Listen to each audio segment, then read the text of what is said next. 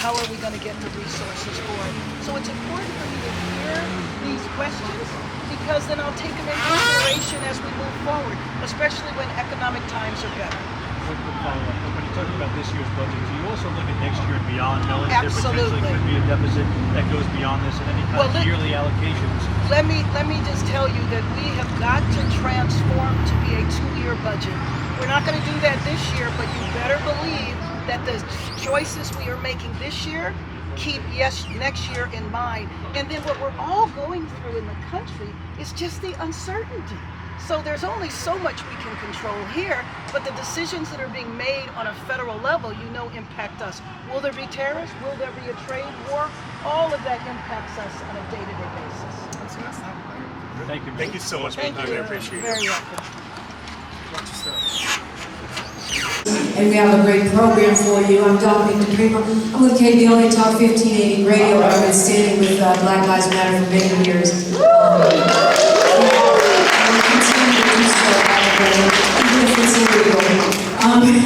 So we want to bring up now a pastor to do an opening prayer. Pastor James, are you here? Here it is. Thank you, sir.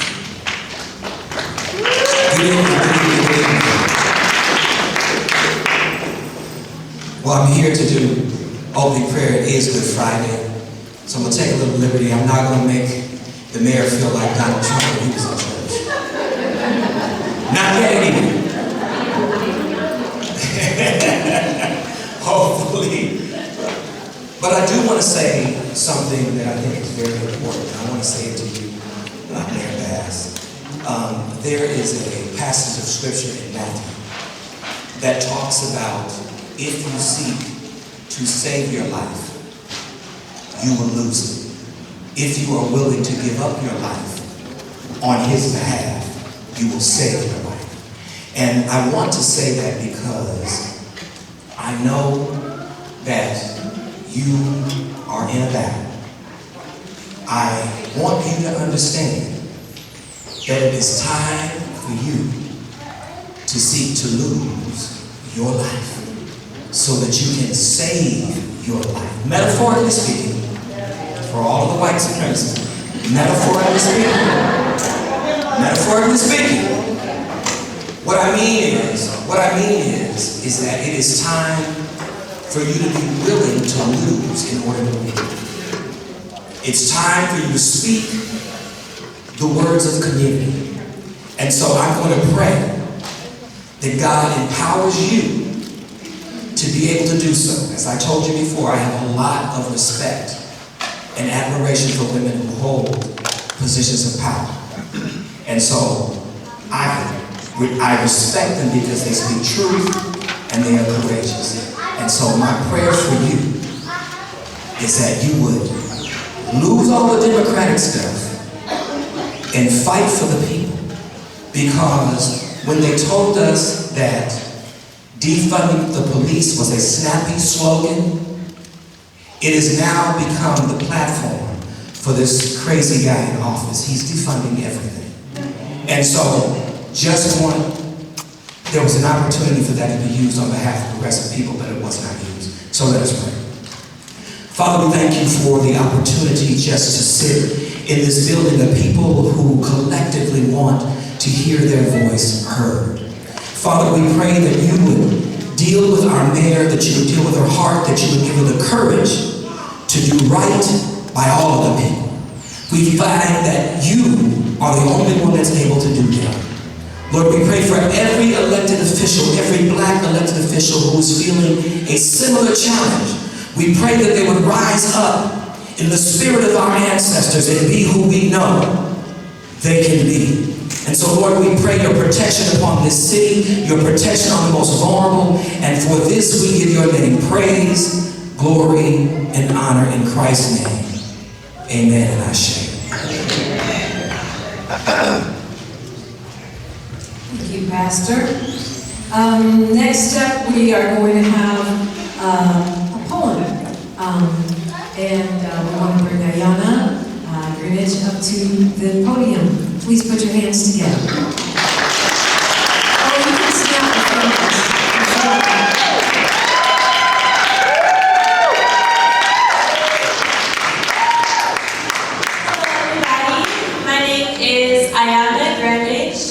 have been performing poetry since the age of 4. I've been using my voice to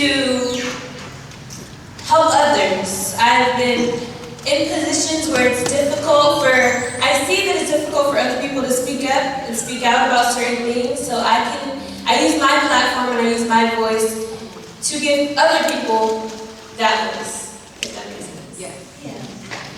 This piece is called Ode to Black Names. As everyone knows, everybody has a name, it resonates to everybody, so this is just something to get to know. This is for Daryl Lene, Latasha, Jamarion, anyone who was told their name is ghetto. I love our names. And not that I didn't hear what you said, so I'm going to give you that condescending, what was your mama thinking look, and say, I love your name. Now, I mean that real, honest love. See, our name defies an ocean that tried to wash us away. It proves you can take someone out of their home, but you can't take the home outside of them. So we go take pride in the fact that we never found our names on novelty racks on vacation trips. Because our name can't be fit into a box, or a license plate, or a Coca-Cola bottle. Nah, we too good for that anyway. See, I marvel at the way our name rolls off the tongue like smooth jazz from smoother lips. The way we throw in apostrophes and hyphens all over the place. Places you wouldn't even think they could exist. Yeah. Add a name, add a sha, add a quan, add a name, sha, and a quan. See, we do it like no one else can. You know why? We ain't gotta worry about what our name looks like on a job application, because if they don't want to hire us, then they don't deserve our magic. Besides, we owners, not workers. We meant to run the world, not shuffling it. And wolves don't lose sleep over the opinion of sheep. No, we wear wolves like a deity. We abolish names they say we should have. We choose ones we are destined with.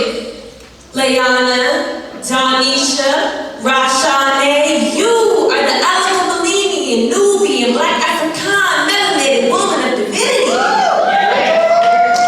And if we should be expected to learn how to say Schwarzenegger, Galifianakis, and Gyllenhaal, then we gonna make y'all take longer than the second it took to pass judgment to learn how to say Tasha Mari, Shervante, and Chantella, because our names carry the legacy of people whose worth was not concerned by some uncultured folks' ignorance. Now, see, when oppression tries to come for us and erase our existence, we formed a new one. See, these names is birthed out of the same things that created dynasties. These names are pharaoh twisting the arms of gender roles into submission. Then the sun shining on a rich queen carrying gold of an Ethiopian hill. This is the moon glistening on a Dogon priestess dancing under Sijigo. Our names is nothing to be ashamed of. Y'all not saying your names is something y'all should be ashamed of. So when someone asks us our names, we ain't gonna tell them no easy to pronounce version. We gonna make them say the whole thing. Right. Nah, I ain't got no nickname. Nah, you can't shorten this to no letter. You gonna glorify this greatness. Honor the sound of creativity. And we gonna keep loving our names just like we always love our name. Thank you.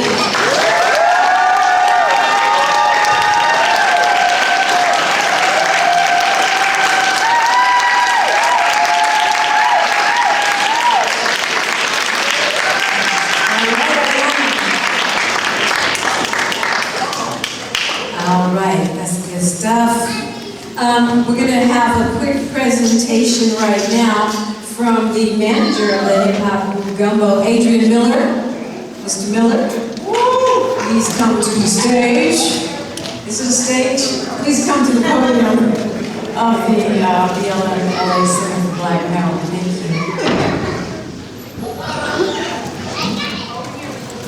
Peace and blessings, everybody. All right. We are gathered here for a great instance, and I am so glad to be back home in Leimert Park.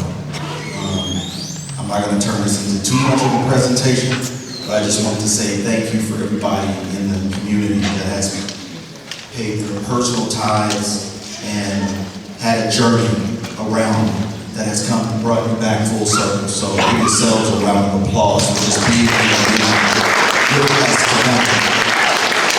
I wanted to present to BLM Grassroots for a couple of reasons. There was a fascinating program put on last year that Melina invited me with a few acts through, and I said, may I have Gumbo perform? And she said, absolutely. This young man, Ro, who's standing next to me, is a prime example of our community and work with art. Not only is he a talented musician and artist, he's a fascinating human being, and he puts himself in the back while he goes forward in making it work. Right now, I believe he's adopted, I don't want to put him too hard on the spot, 3 children. Yeah, and so that is ultimately him and his lovely significant other. So this is not just about hip hop, this is about community. People say, well, what's hip hop? A lot of times I get asked that question, and I just say, you have to be in action. It is a verb, it is a process. So with that, my company Zion would like to present BLM Grassroots, and I couldn't have gotten a better ask when you texted me your spam text message today, and I felt really honored to be a part of saying thank you for allowing our artist merchandise initiative be a part of the BLM Grassroots movement. And we didn't do a lot, but we did something when we were able to raise money by selling the anniversary t-shirts, which we have a few for you as well. So if I can present this to you, Melina.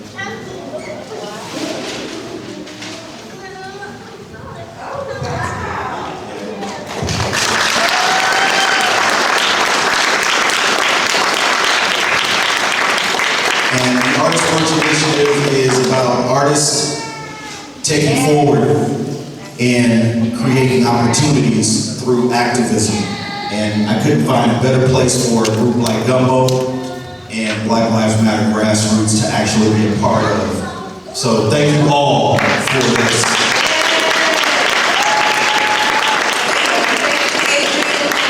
And Ro is also an educator. So he's an artist and an educator. And I really, really appreciate when we talk about what is movement. It's bringing whatever you have, your artistry, your love for the people, whatever you have, bring it to the movement, bring it to liberation. And so we're grateful. It was about a year ago when we experienced something that was phenomenal with Chuck D literally handing the baton over to Gumbo and saying, now you take it, now you take it. And grateful that you were taking it and running with it. And we know that Black Lives Matter Grassroots is continuing to move forward for Black liberation. Every dollar counts. You'll see QR codes around here. We're trying to make sure we can maintain this building and maintain this movement. So thank you for helping us to do that.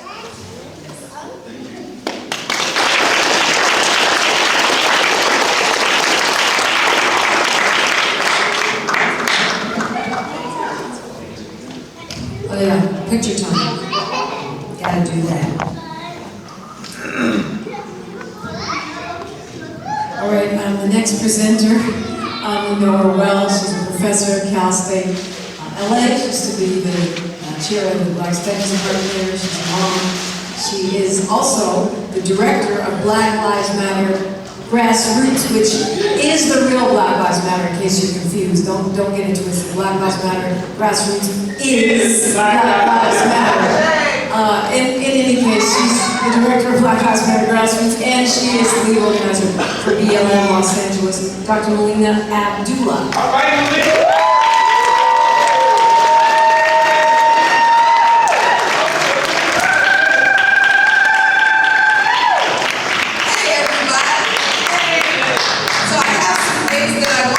That I have on my phone, but I don't know whether I'll look at it or not because I'm not good at remembering my phone. So prayerfully, the correct words will come out my mouth. I want to first welcome you to the Center for Black Power. Welcome to the Center for Black Power. This is the people's house right here. This is the people's house. So y'all, how many of you have heard, what did Black Lives Matter do with that money? How many of y'all heard that question somewhere before? I don't know what they did with their money, but I can tell you what Black Lives Matter Los Angeles did with our money, which is we bought this building. We bought this building.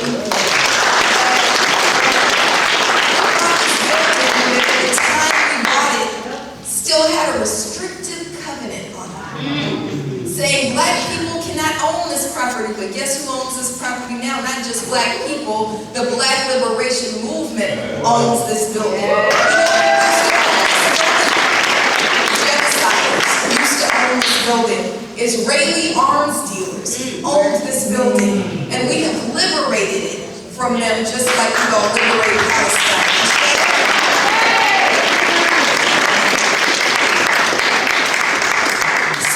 I pray that the words out my mouth and my energy are the correct ones. I was sharing with Sister Dominique that I don't quite know how to introduce things this year.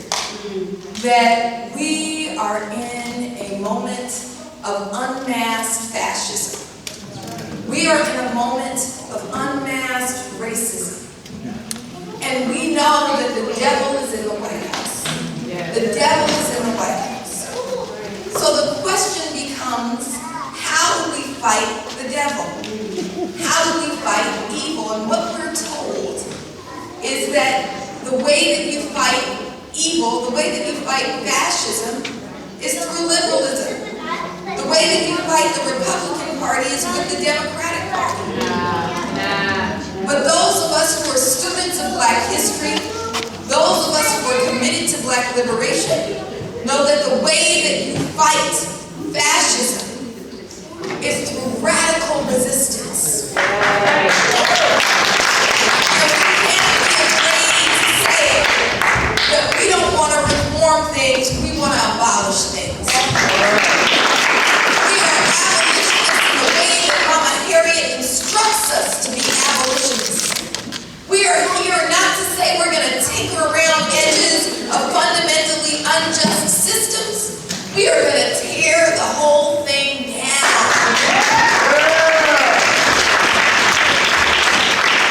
And so when we say defund the police, and I still say defund the police. Defund the police. Which is not a snappy slogan. It is a policy demand, right? I know. Let me say this. I want to say that love means also telling the truth to our people. And so not everybody in this room knows this, but we know this. That we go back to 1996. That we've been friends for a long time. We know each other's children. We've sat on each other's couches. We've laughed together and cried together. And I love Karen Bass. I love Karen Bass as Karen. And I can disagree with her as Mayor Bass.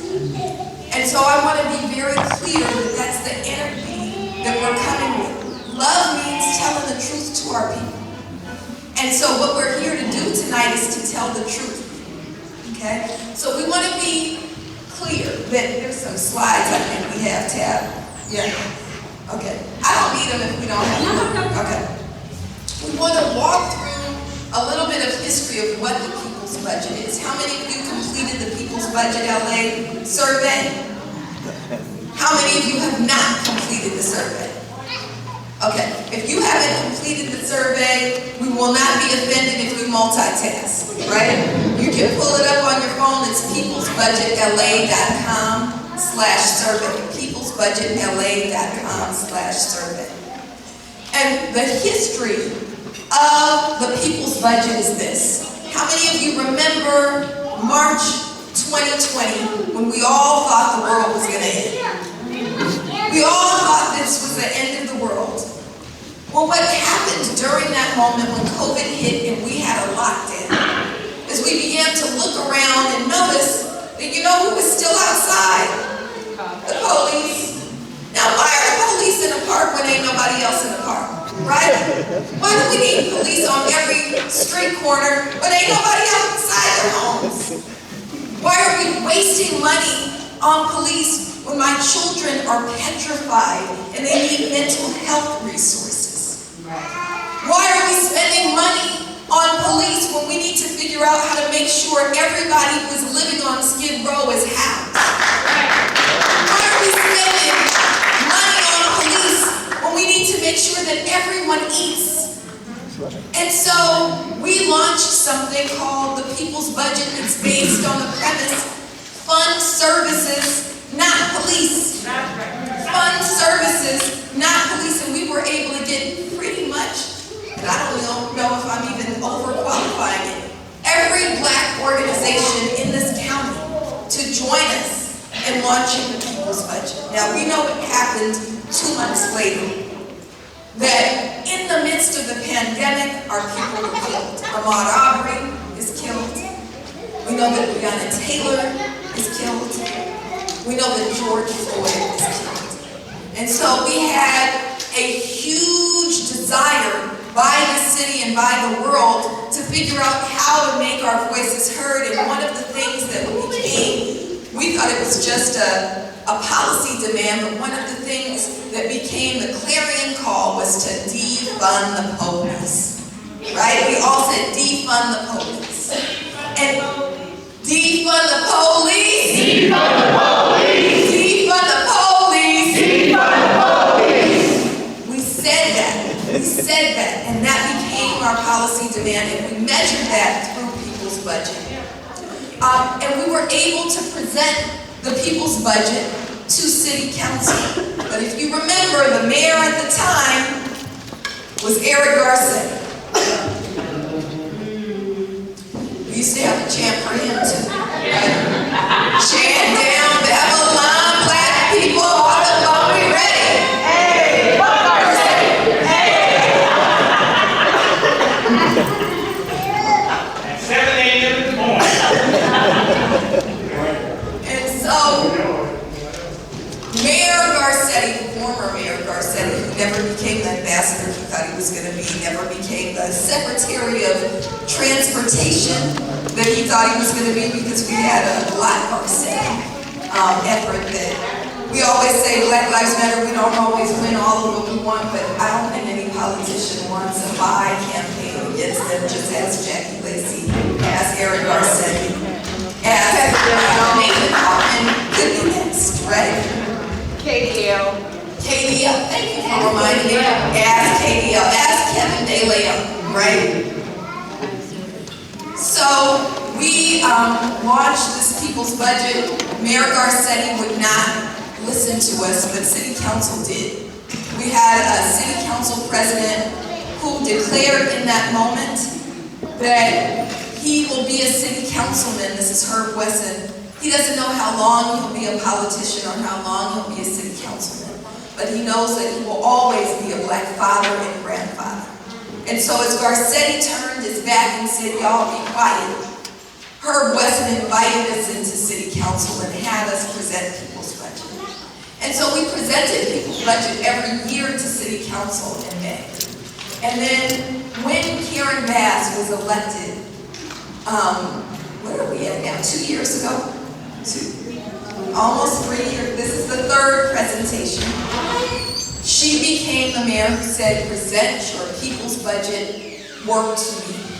And so we were able to present the People's Budget to the mayor for the first time in 2020.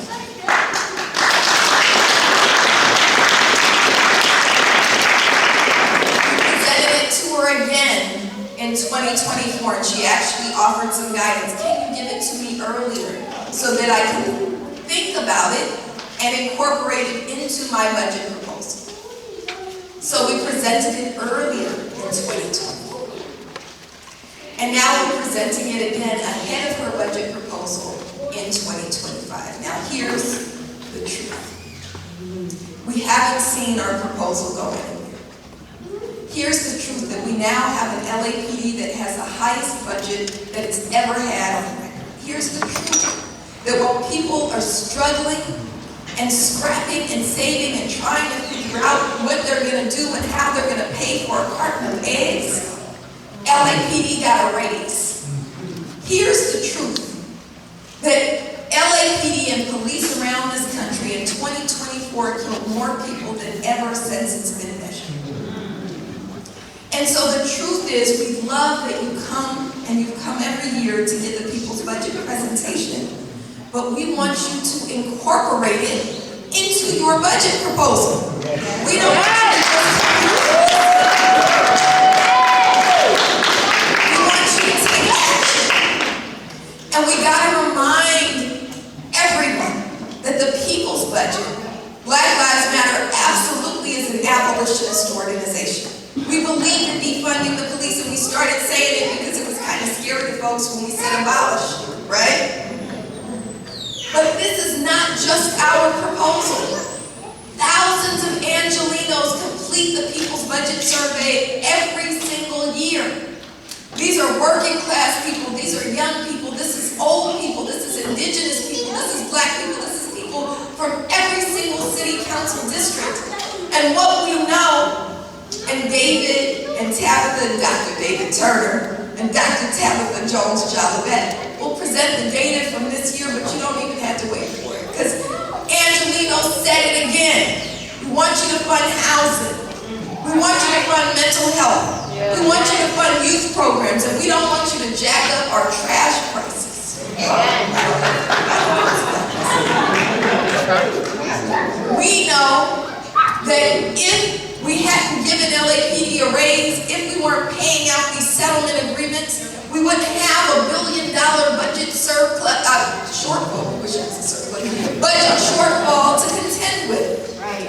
And so we're saying, we hope that you listen, but more than that, we want you to go home. We met several of my students when we came in. I'm gonna tell you to do or ask you to do what I never asked them to do, right? Which is cram. Right? Because we know that you present your budget proposal on Monday.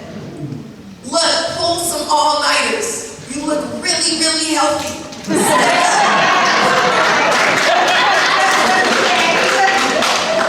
Because we need you to take action. We are here to take action. We don't have a big budget. Dr. David Turner and Dr. Tabitha Jones-Jolivet, this is their contribution to movement and to the people. It's good work, and we want you to carry forward this good work so that Angelinos and Black Los Angeles in particular can benefit. Thank you.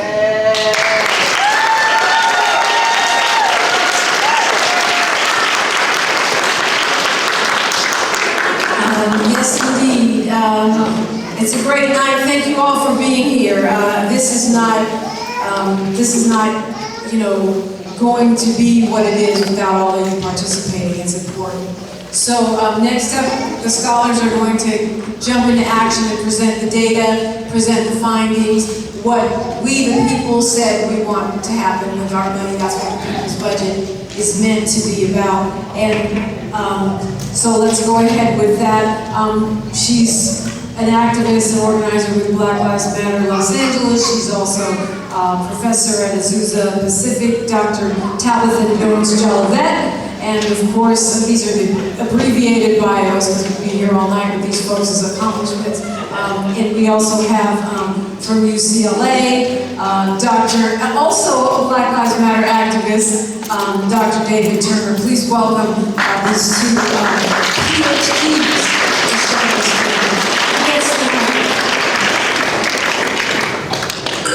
Sounds right. Go ahead and take that.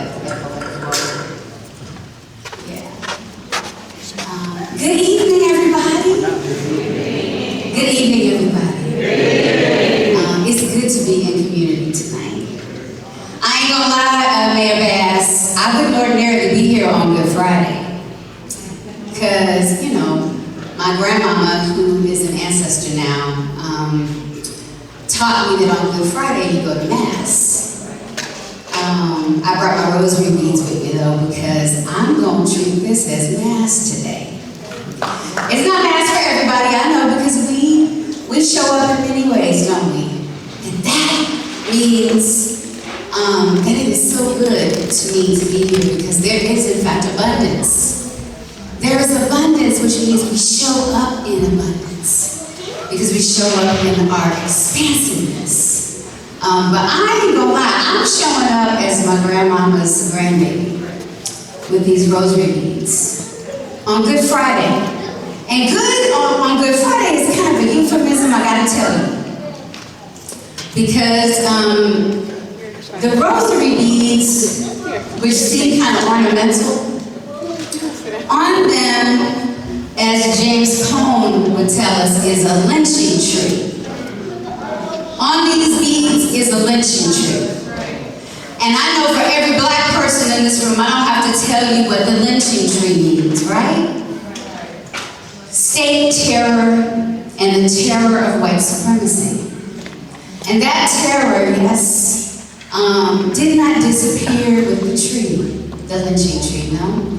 That terror continues here, there, and everywhere. And that is one of the stories, in fact, that my grandmama, who would have turned 100 years old yesterday, she told me that story. When I was 2 years old on her lap, the story of this lynching tree. And she gave me my first set of rosary beads. I remember her giving me my rosary beads, and that made me feel like I was powerful. I want you to think, Mayor Bass, about when you felt powerful for the first time. Who helped you to know that? Not what, but who? Who helped you to understand what it meant to be, for example, a little black girl who was powerful? For me, it was my grandmother, who said, with these beads in your hands, Tabitha, where's Ayana? My Tabitha, which was the name I have to say of a little white witch on Bewitched. And in my black neighborhood, that didn't work out so great for very long until I reclaimed it, and I've met a bunch of black Tabithas, let me tell you, including in South Africa. And they say my name means it's the one who was born to go and get back what you came for. To go take it back. Tabitha. Mayor Bass, when did you first know you were powerful? For me, it was when my grandmama said, you can pray to God with these beads in your hand. And I did not know how important that would be until I began to understand the world that we live in. A world that tells us the lies of scarcity when there is all of this abundance. So I wanted to use that as an introduction just very briefly to tell you a little bit about, I think we know about scarcity, right? Yeah. I don't gotta tell y'all about scarcity. We know about that. I wanna see if we can remember abundance. But scarcity is what's killing us. Scarcity is the thing that is killing us when there is indeed abundance, Mayor Bass. And I wanna see if, and this is where I learned this story from my grandmother, we can move with the faith of a mustard seed, because I learned on my grandmama's lap that the faith of a mustard seed can move mountains. It can move mountains. What you think about that, Mayor Bass? And my church would say amen. So let me just say a little bit about the imagination of scarcity. We have to admit on one level you inherited this. I understand. Let's start here for a second. This is a pie. That's what they say, it's a euphemism, right? That ain't no pie. No pie, no, I don't want to eat a pie like that. This is a pie. It is an image of a budget. And this is a proposal of a budget for the city. And everybody in this room is here because they have a stake in the city budget in Los Angeles. Yes, raise your hand. You putting some money in the city? That means you got a stake in where your money goes. This is essentially the unrestricted revenue, for example, for the city of LA, proposed for this current fiscal year. And unrestricted means what? You can do whatever you want with it. Whatever you want. Now, I'm not the mayor, so I could be wrong. But as I understand it, whatever you want. I want you to just take a look, you don't have to look at numbers, but just get a sense. Where's the money going? The pigs. It's going to policing, which leaves room for libraries. Well, at the federal level, Elon Musk is dodging those. That's what he's trying to do, right? You could argue that's happening for us, right here in LA, if we're not careful. And this is, of course, just the unrestricted revenue. This is, again, a sort of proposed budget for the city. You could say, well, what about something like youth development, if you can do anything with it? Or what about housing? Could it be there? It's not on the list. But recs and parks are, the number here is 4.5%. So can we keep going?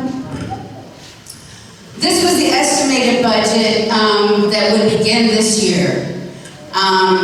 So starting out, I'm sorry, this is the budget for beginning this year, estimations of, well, when we do something wrong as a city, where's the money coming from? And what do you see as a pattern just where you sit? LAPD.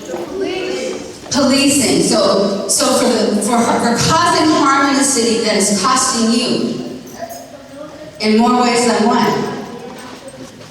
The top offender is policing. Now, let me add to this, but I think you already know, but I want to emphasize it. We are $1 billion, that's the projection, over budget already. That's going to be for this year. So I just want to keep adding, and this is, again, in the spirit of truth-telling, which is an act of love. It's not about shame, it's about telling the truth so that we can love and be better by each other. Can we keep going? This is an example of, and this all comes from the controller's office, so you're paying for this as members of the city.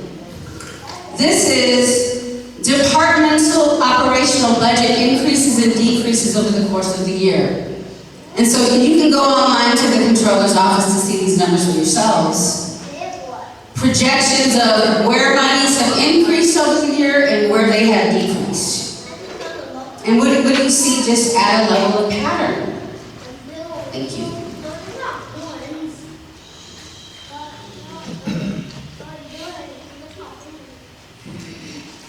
This number at the very top, policing. Always outsized. Always outsized. So can we keep going, David? Let's go all the way back, sorry. So I just wanted to sort of begin there to simply say, we know how we love by where we make investment. We know how we love by where we make investment. And that is an imaginary that emerges from a story about what we believe about how to love.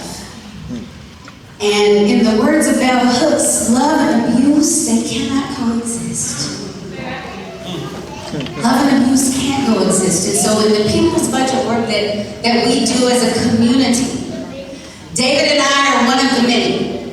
We just get to be up here today, but we are one of the many. What we do is we go to the people who are closest to the harm.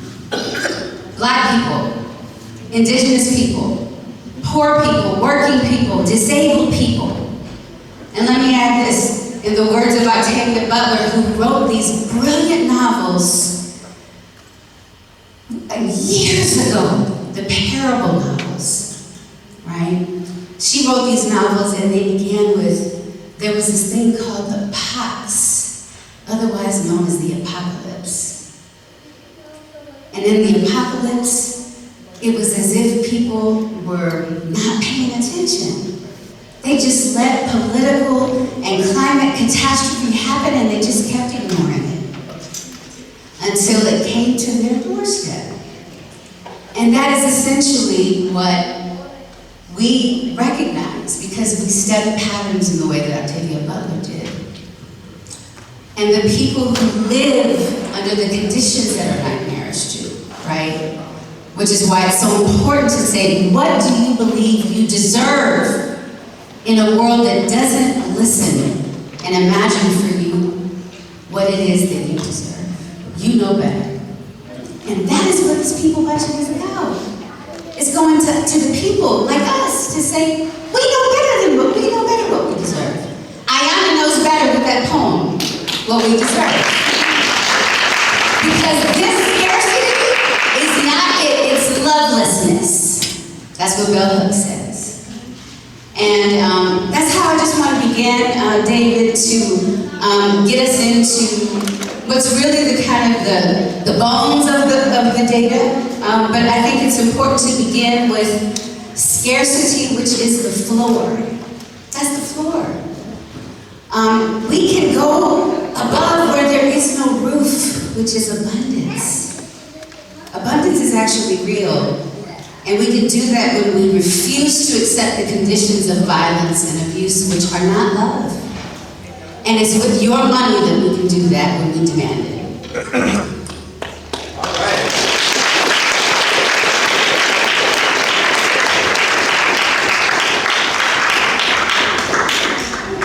Everybody clap it up one more time.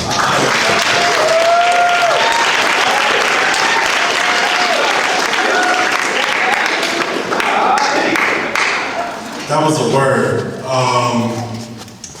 And I think especially this piece about abundance. We live in the heart of empire, right? I don't want to mix my words.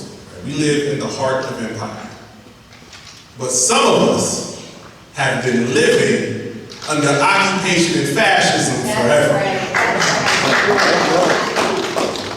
What's happening across the country isn't necessarily a new phenomenon. Y'all are just feeling what black folks, native folks, immigrant folks, queer and trans folks have felt since we've been here. So I want to name that, and I want that to be clear. So, the people's budget, what is it, and also what did we find? So, in our 5 years of doing this survey, we have now engaged over 32,000 Angelinos. 32,000 people who have asked us and told us what it is they desire for their city. 32,000 people who continue, right, to uplift the things that they need. So I wanted to make sure to raise that. And in addition to that, over 60,000 people helped to shape this through engagement in town halls, in lives, in all kind of other spaces in order to make sure that they can uplift and say what it is they want to invest in. We collect all kind of data, y'all. I promise you it's not just these same little folk questions. We ask people about whether or not they're experiencing wage cuts. We've asked people whether or not they've experienced, right, push out from their schools and their homes, right? And we've asked people if they've been evicted, if they've been homeless. We ask people all these things because, again, we need to know what it is that the people who are closest to the problems are experiencing. We need to know that information. So this is just a little bit of just some of the demographic info, right, that we actually collect when we do this survey. And again, if I had the actual time to do this presentation, would be a smooth like an hour and a half, right? You know, my students are like, dang, like I'm so proud of you. Like you didn't actually talk for like an hour. I'm like, I'm a professor, it's my job. But right, I do want to share some highlights. 1 out of every 3 of our survey respondents are survivors of crime. You would have to have been living without any social media or any television to have missed all of the propaganda over the last 2 years about the rise of crime. Right? how all the smash and grabs are destroying our industries, how all of these things are tearing up our communities, right? That has been the narrative and the rhetoric, and that has been the rhetoric that got racist legislation like Prop 36 passed, right? But 1 out of every 3 people who responded to our survey actually experienced that. And I promise you, they're not asking for more cops. Just wanted to name that real quick. 1 out of 8 people who took our survey have been directly impacted by the carceral system, meaning they were formerly incarcerated. And 1 out of 3 people who took our survey has a family member, right, who has been impacted by the carceral system. Please, real quick, just as a quick experiment, raise your hand if you or someone in your family has been incarcerated. Point taken, point exact. 1 out of 8 folks have been physically harmed by law enforcement. 1 out of 4 folks know somebody who's been physically harmed by law enforcement. And this is the kicker, 91% of our residents are registered voters in LA County. Right? So that's, again, some quick highlights. Some more quick highlights. 87% of respondents in our survey say that police associations do not belong in city decisions. I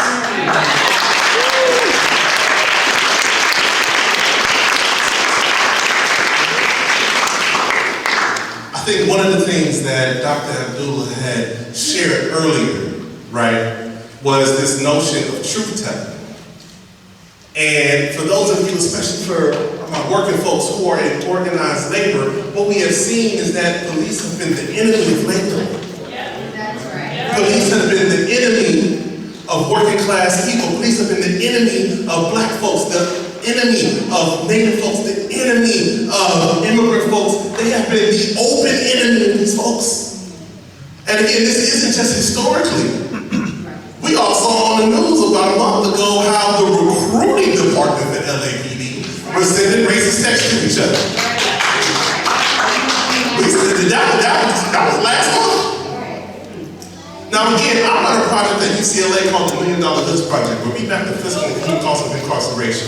And at that project, we were able to do a project called Archiving the Age of Mass Incarceration, where we got nearly 500,000 pages of documents detailing all of LAPD's horrors. And I can tell you right now, whether it's 2024, 1970, 1985, regardless of the year, they've been doing the same stuff.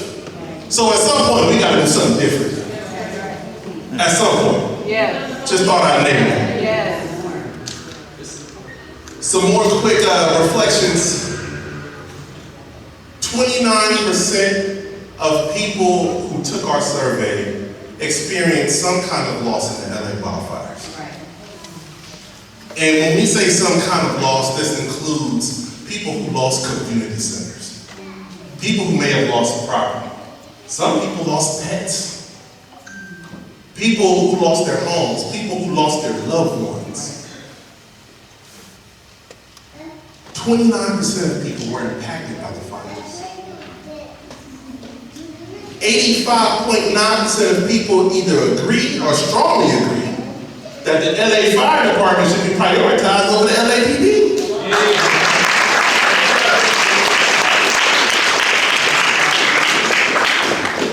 Now, if I can just run this back real quick, that don't look like prioritization. But just saying, that's what 85.9% of people said. And again, a third of these folks are people who have actually survived crime. Just saying, 79% of people oppose any new increases to the LAPD and LAPD influence. 89% of folks either agree or strongly agree that LA should prioritize climate preparedness as disasters become more common. We live in a world where people have actively worked to harm the environment. And as we try to rectify that, we need to make sure that we are prepared for the things to come. Now y'all know, if you any kind of brother in here, you've been to a barbershop. And when you in a barbershop, you're in a barbershop with all kind of people. I happen to be in a barbershop with somebody who's a former firefighter. And we was talking about the fires. And he said we could have had 5,000 more firefighters out there. But the climate change and the fact that there were hurricane force winds with a fire, we might have saved 2 or 3 extra blocks. I say that to say, right, that these kind of disasters, because people have disregarded the earth so much, are going to continue to be more common. So we got to have some kind of reserve to be ready to build things back. We got to make sure that we're building trees in places where they're taking trees out, right? We got to make sure, right, that we're investing in our community. So again, just wanted to know that. Now, what most folks come to see. These are areas of investment where people want to actually put money. Now, oh, don't worry, I'm gonna get to the specifics. This is just the aggregated, you know what I'm saying? And aggregated, that's just all of it put together, right? So again, we have 4 primary areas. That's universal aid and human services, reimagined community safety, our built environment, and then finally law enforcement and policing. And as you can see, people really want to invest in some of this stuff up here. Whether that is housing security, whether that is public health and health care, whether that is environmental or climate change, whether it's mental health and wellness, or parks and recreations, and even our fire department, people want to make investments in that, and they're not particularly keen on policing, right? And again, this is post Prop 36, this is post the 2024 election and the alleged conservative swing, right? That we're all kind of in right now. People still are interested in investing in policing. This is where they want to take the money from.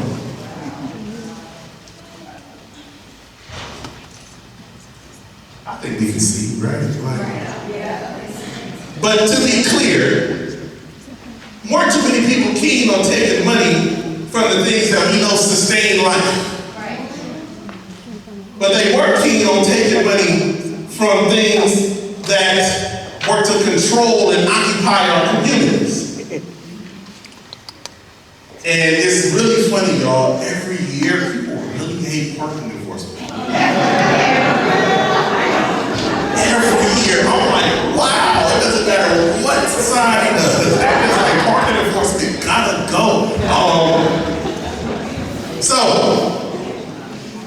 But I do want to make a quick point that oftentimes, anytime we hear that any public entity is in a fiscal crisis, these are the things that get cut first. Anytime we hear that there's a budget crisis, there's budget cuts, oh, we know what that means. Everything dealing with black and brown people about to go. Right? And then policing somehow finds a way to go up. So these are the things that have to change. So let's dive into it just real quick and take a look at some of these areas. So again, universal needs. There were 6 core areas in universal needs, right? Those 6 core areas are housing security, food security, economic assistance, public health and health care, child and youth development, and environmental justice and climate change. These are the 6 core areas for universal needs, and we see 3 out of every 4 survey takers say this is maximum or moderate investment in every single area. In every single area. And then one area that is a little short, right, was economic assistance at 66. At 66%. Every other area is at least 75%, if not more. Most are 80. Next is reimagined community safety. Now, what do we mean by reimagined community safety, right? Well, we say things that like we're abolitionists. People think that, oh, well, y'all just want people to run wild in the streets. No, that's never been our sentiment when we say abolition. When we say abolition, right, we want to be able to address the root causes of what people have called organized violence and organized abandonment, right? Organized abandonment is when they take all the resources out of a community that help to sustain life, and they replace those resources with policing and prison, which has happened in our communities consistently. Shout out to Black feminist and abolitionist scholar Wilson Gilmore for that one, right? So, when we're talking about reimagining community safety, we're talking about reinvesting some of those resources that we know that can help to sustain community safety in a way that doesn't necessitate violence, that doesn't necessitate somebody beating you over the head, that doesn't necessitate somebody pulling a gun out on you. So this looks like investment in community care workers, and people who do restorative justice, people who are doing community investment in neighborhood empowerment, right? So making sure that your neighborhood actually has things that people want to go to, right? That your communities have things that people want to be invested in. And finally, investments in mental health and wellness. Yes. Now, I'll say this. Earlier today, I found out that one of the young men that I previously worked with was killed by police through a mental health crisis. His name is Deshaun Lee. From the Michigan area, he was out driving, he had gone through a mental health crisis, unarmed, and what happened? He gets into a car wreck, and the police shoot him after the wreck. But they're blaming him and saying that the police were justified for killing him, when we know that this is something that just typically doesn't happen to white people. Right? I want to make sure to invoke his name in particular when I talk about mental health and wellness, because you are 16 times more likely to die at the hands of police if you're going through a mental health crisis. Exactly. 16 times more likely to die if you are going through a mental health crisis at the hands of police. 1 out of every 4 people who are killed in this country by somebody that they don't know is killed by a cop. So when we talk about wanting to invest in reimagine community safety, this is what we need. Because if 1 out of every 4 people who is killed by somebody they don't know, and that person happens to be a police officer, I don't know if this particular group of people are going to continue to keep my folks safe. Just saying. Next, we have the built environment. So this means parks and recreation. It means public transportation, libraries, public works, so fixing our roads, right? I know some of y'all have hit some of them LA potholes before, and you hit it and it sounds expensive, right? Like, being able to address some of that. And then finally, invest in our fire department. Now, I'll say one thing. I've been doing this survey since 2020. This is the highest investment in the fire department has ever been. The highest it's ever been. Well, of course, there was a huge crisis, a life-altering crisis that will probably change the fabric of the city forever. That necessitated that. But as you can also see, people are also interested in public transportation. People are also interested in making sure that we can take care of our public resources like parks, that we invest in libraries, and that we don't let some of these open fascists and some of our open enemies steal resources of knowledge. Right. So again, right, when we talk about the built environment, this is what we mean, right? 85% of survey takers want you get free and accessible public transportation. 85%, I'll tell you right now, if I could take a train to work, oh, look, on Black Jesus, I would. I'm just saying. Right? And again, with this being said, right, like these are the things that the people of Los Angeles want to invest in. Now, what don't they want to invest in, right? Every year,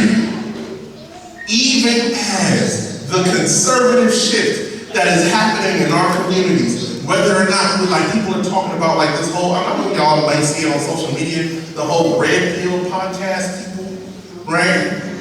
Some of y'all may have seen some of that stuff, you know, online, like those Joe Rogan folks, right? Like, you know, like, regardless of this larger conservative shift, people are still saying that they want to make sure that if we take money from anywhere in our budget, it comes from the police. If we take money from anywhere, it comes from the city attorney's office, and what the people have consistently said again and again, it definitely got to come from parking enforcement, right? I'm being facetious, but I'm being real, right?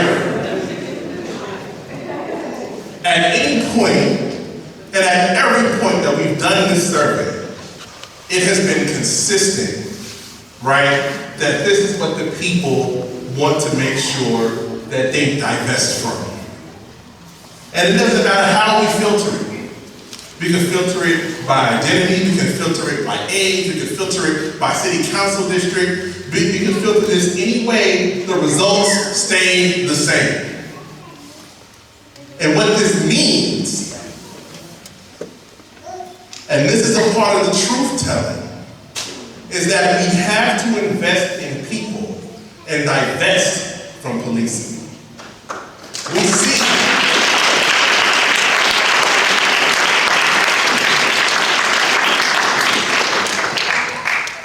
remember in 2016, when that open fascist got first elected, and our immigrant brothers and sisters were saying, abolish ICE. That's right. And we're seeing how ICE is being mobilized now. Right? Remember, right, in 2020, when you heard us say, abolish the police, right? And we see how police continue to be used now. These tools of the state that are meant to control and terrorize are not going to keep us safe. They will never keep us safe. If we want safety, we have to invest in the things that we know are going to keep people safe. So this means divesting from these carceral institutions, investing in people. If you go to any of these other neighborhoods, right, where they have all the resources, they don't have a lot of police. They also don't have a lot of people who look like me. So some people already live with this. Our job is to make it happen for the people who are most vulnerable. And that's why, Mayor Bass, we absolutely need you, especially this time around, to be bold. I can't imagine the type of racist vitriol you're experiencing right now. The racist and sexist vitriol coming from people who are in LA, coming from people outside of LA, coming from all of these other places, right? That is attacking you, attacking everybody in your administration. I know it must be hard, but I'll tell you one thing right now. The best thing you can do is to be bold. That's right. The best thing you can do is to say, well, if they're gonna say you are on this radical left tip, stand on it.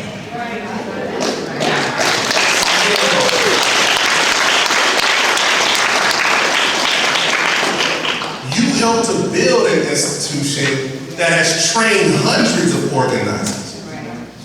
You helped to establish the framework that we even use around not treating crack cocaine as a crime, and instead we're going to address it as a public health crisis. You helped to lay the foundation for that. So you laid the groundwork for investing in people and divesting from policing before it was cool. So we need you to just go ahead and lean into it.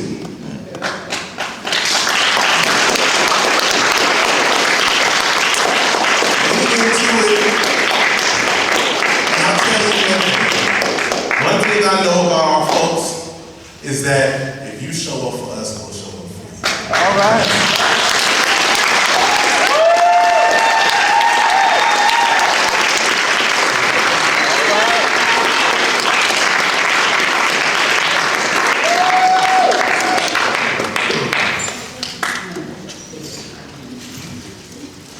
Thank you, Dr. David Turner. Thank you, Dr. Tabitha Jones. Thank you, everyone here from Dr. People's budget survey, because without y'all, without us, I know that, there is no People's budget data to present. At this point, Mayor of the City of Los Angeles, founder of Community Coalition, Mayor Karen Bass will respond to the findings that she just heard. Please welcome her.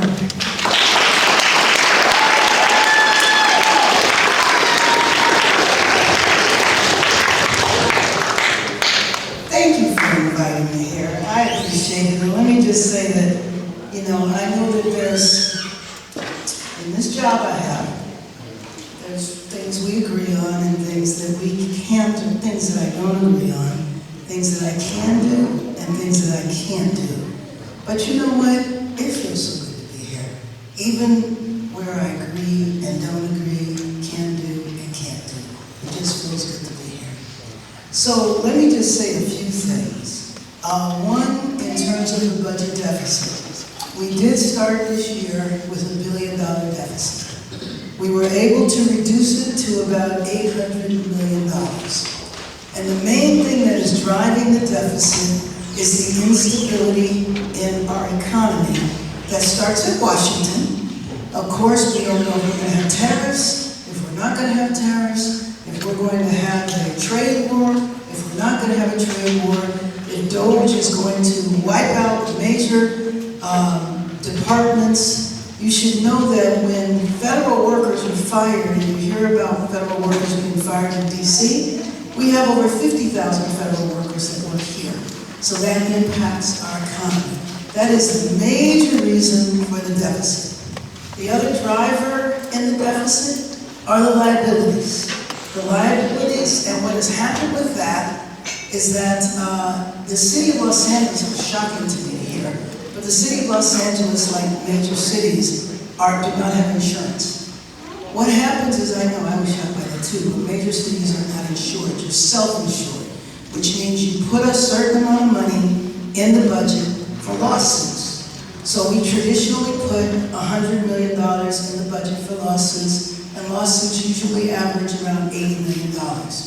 Because of COVID and the courts being either slow or closed, all of the settlements rushed at once and it tripled in amount. So we had $300 million in settlements that we did not budget for. The other driver of the deficit were the raises, and I know you talk about raises, please, but raises were given to all city workers.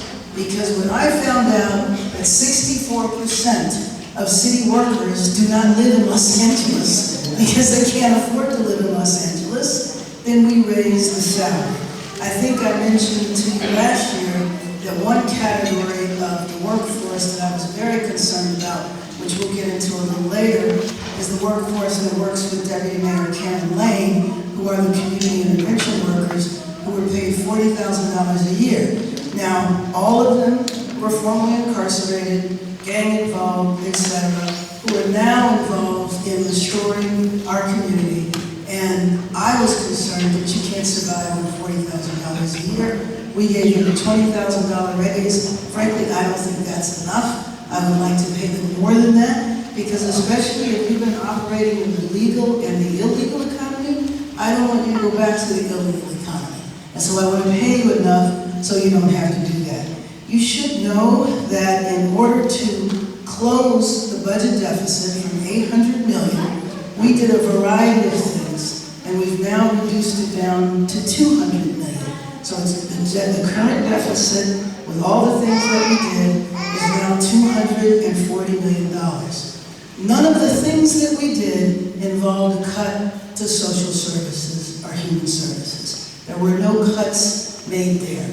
I will tell you, when I listen to you, Dr. Jones and Dr. Turner, number one, I really appreciate and respect your work. third time I've heard the presentation. But what it made me think about is maybe some follow-up things that we can do, because the city actually does provide a lot of funding in social and human services that maybe we need to figure out how to access it better.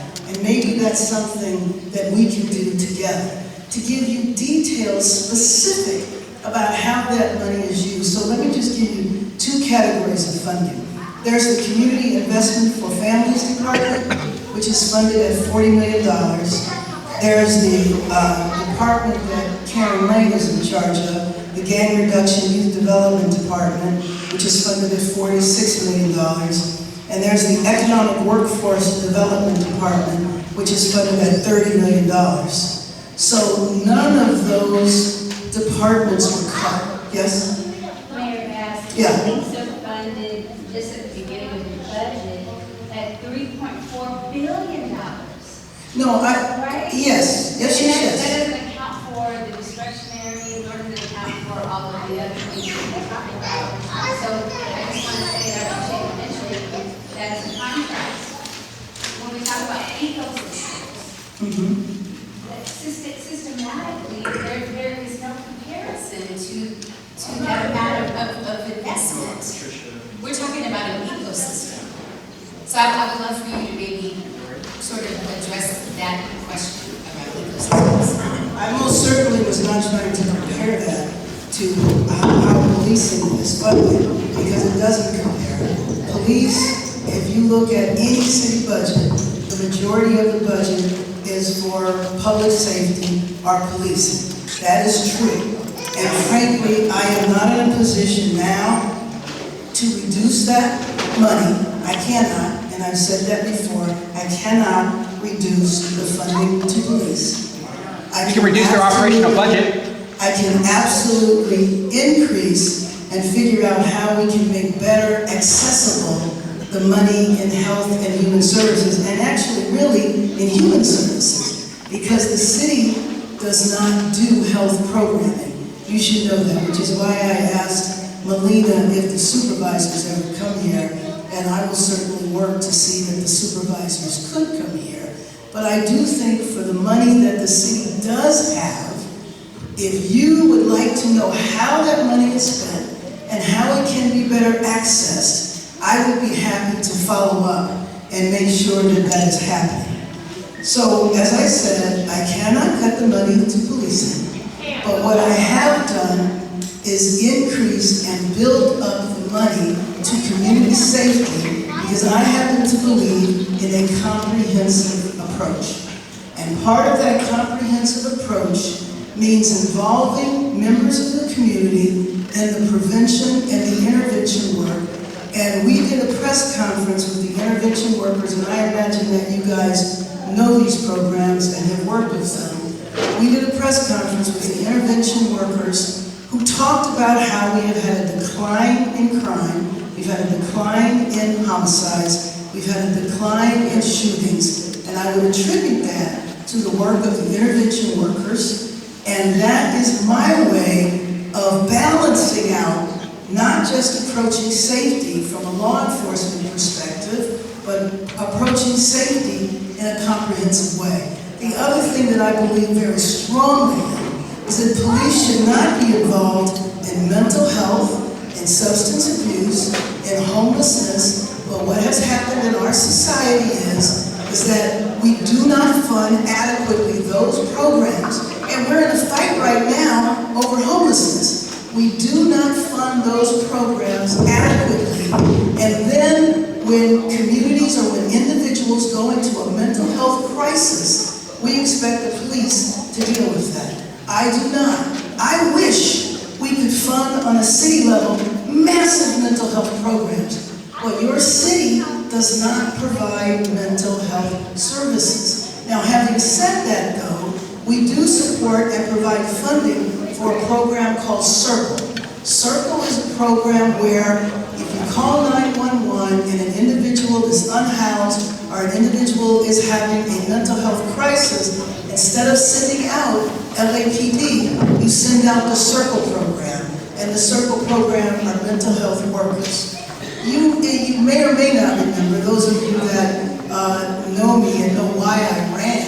The reason I ran for this job, and it's a hell of a job, I just have to tell you that. The reason I ran for this job is because in our city, we have a crisis on our streets of people who are unhoused. I look at the young people here, the students that I met. You guys, every day of your life, you have seen people on our streets. Those of us that have been around for a while, we know that 30 years ago, we were not sleeping on our streets. We have 70,000 people sleeping on our streets in our county, 46,000 people sleeping on our streets in the city. Black folk are 9% of the city, and we're over 30% of the unhoused population. So I ran because I was very concerned that we were getting ready to repeat the 1990s, and I was having flashbacks when people made reference to me starting the Community Coalition. I started the Community Coalition in 1990 because we had a problem then with crack cocaine, and that's when homelessness, by the way, changed demographics. The average homeless person in the 80s was a 55-year-old white male who was an alcoholic, who was on Skid Row. I never thought about them not having a house. I just thought they didn't go home because they were an alcoholic. So to me, and what happened was elected officials passed laws that just locked people up, and they did not address what I felt was a health crisis. So when I was in Congress working on the George Floyd Justice and Policing Act, I felt like what was getting ready to happen in our city was we were going to become frustrated with the people on the street, and we were going to go back to the 90s and start incarcerating homeless people. That is why I've run. That is why I have focused on getting our people off the streets and into housing. Not really, but whatever. Developers keep getting rich. Developers keep getting rich. Yeah, they do. They do. It's not affordable. It isn't affordable, that's right. That's right, it isn't affordable. So what we're trying to do, I mean, right now what we're doing, frankly, is too expensive because we're getting people out of tents and putting them in motels. That costs too much money. We have to come up with another way to house people in a long-term basis while we're building less expensive housing. And let me do this so that we can open up and get your points in. I don't know why I wasn't. I'm going to ask those of you, if you've got a question, I'm going to ask you to come here and stand up. Now, I did this last year and I made the mistake of letting go of the mic. And I'm surprised I still have a hand because I was admonished, as a matter of fact, every hour on the hour after that. So I'm going to ask you to stand up here. Okay, and David, you said you had the first question. Come on, get in line. Now, look here, I've been working around black people for a long time. And I know some of us have questions. I know some of us got comments. And I know some of us want to preach. This is not the time for that. Let's try to keep it to questions, okay? And if I remember your style, you take a couple of questions and then you respond. Okay, all right. So we're going to ask at least 3 questions and then we're going to ask you to respond. Okay? And we're going to start with the person who helped frame the presentation, Dr. David Turner. Yeah. Okay, hold on. My hand is far enough. It's so tight. My bad. So, all right. So, I don't like to believe in the words like can't because they describe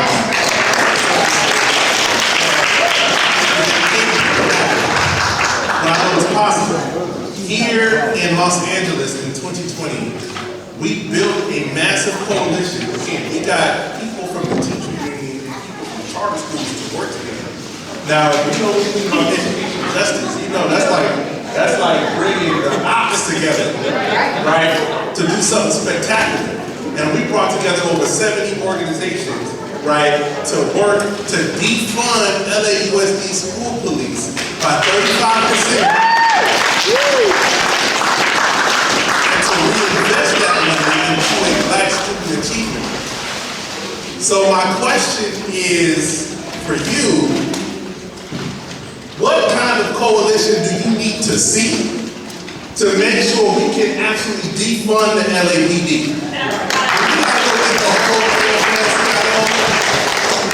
Do we gotta organize every labor union in the city? Do we gotta bring Hollywood into this? What kind of coalition is it gonna take? Because whatever coalition is gonna take, that's the one we're gonna do. Thank you. Hi, my name is Roy, and so my question was about the homeless. You said you ran on that platform, and we all know for years and years and years the highest concentration of homelessness has been in Skid Row, and that's mostly Black people. My question is, why, when you were elected, did you immediately start homelessness, outreach and getting people off the street in cities like Mar Vista, Venice, Santa Monica, and all the sides of town that we know are mostly occupied by Caucasians, and Skid Row to this day still looks the exact same. So I was wondering, why was that your choice to begin there instead of where the problem was worse? I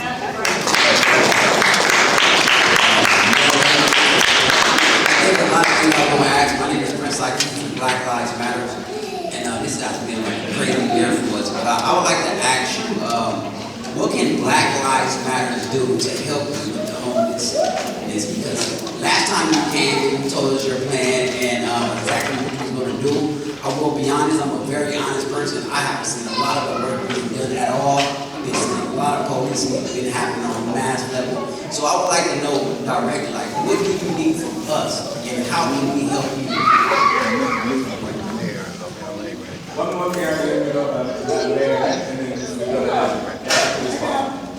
Okay, no disrespect to you, Mayor, but would you give us a detail of why you cannot decrease the police? We don't know. We're average citizens, and we're voters, and I voted for you. But we need a detail of why not. I know that's on a lot of people's mind.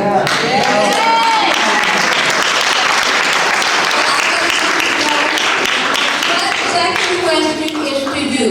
I invited you downtown to the Women's Center, and you did not come. And that's very important to come to Skid Row.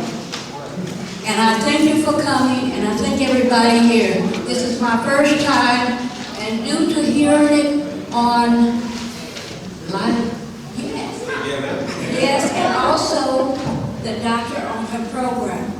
And I said it's very important for me to take my time and come here. And thank you so much, everybody. And it's been wonderful being here.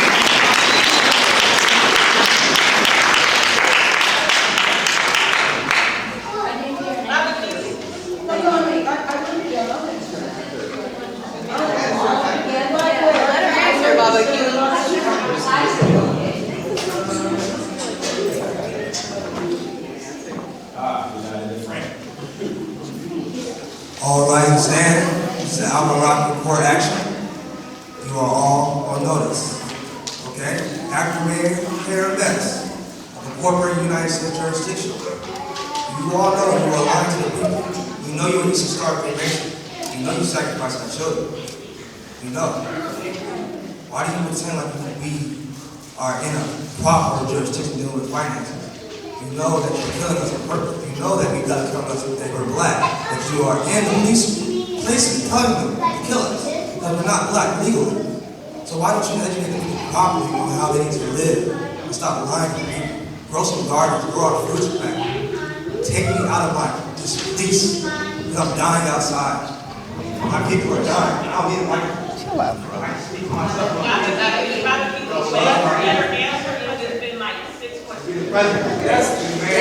Listen, I'm gonna leave this up to her. I get a lot of instructions, so let me do this, all right?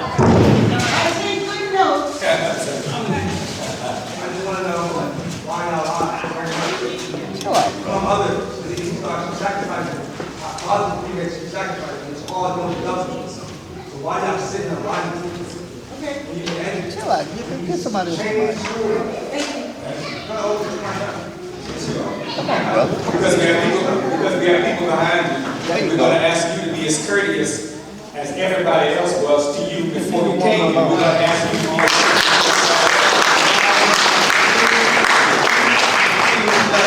Thank you very much. We'd like to go to the next person. Thank you. All right, so Karen Bass is an enemy of the people. We know that for sure. Wake up. I want to say first that when she says she doesn't want to, that she can't cut the LAPD's budget, LAPD is asking for $160 million increase in their operational budget. So that's a place where you can start to cut the budget. Mayor, I want to ask you first and foremost, we know the LAPD is the biggest budget line item in the city of Los Angeles, $3.4 billion a year. I want to know, when was the last audit of the LAPD? Thank you.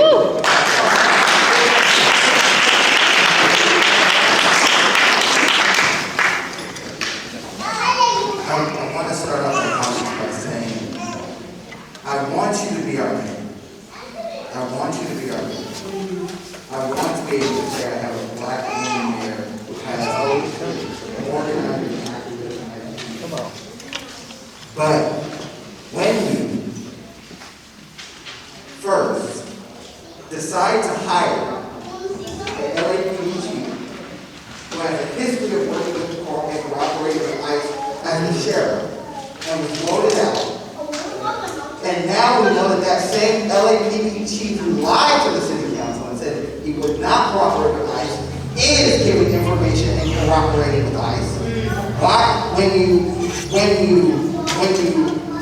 cut the fire department, when you leaving people to not have enough resources and watching people's houses burn.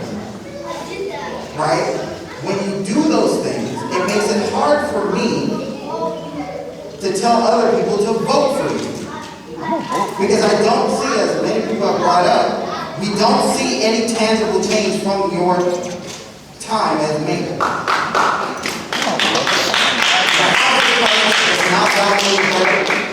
We've seen an increase in sweeps in houseless communities. Most of the money that is supposed to be going to housing is going to sweeps now. This is something that we are seeing with our own eyes. And so my question is, why should anyone, even though we know we don't want the opposition, we don't want a Republican leader of this city, we don't want Rick Caruso, but why would we vote for you if you're not going to do the things that are going to help our community?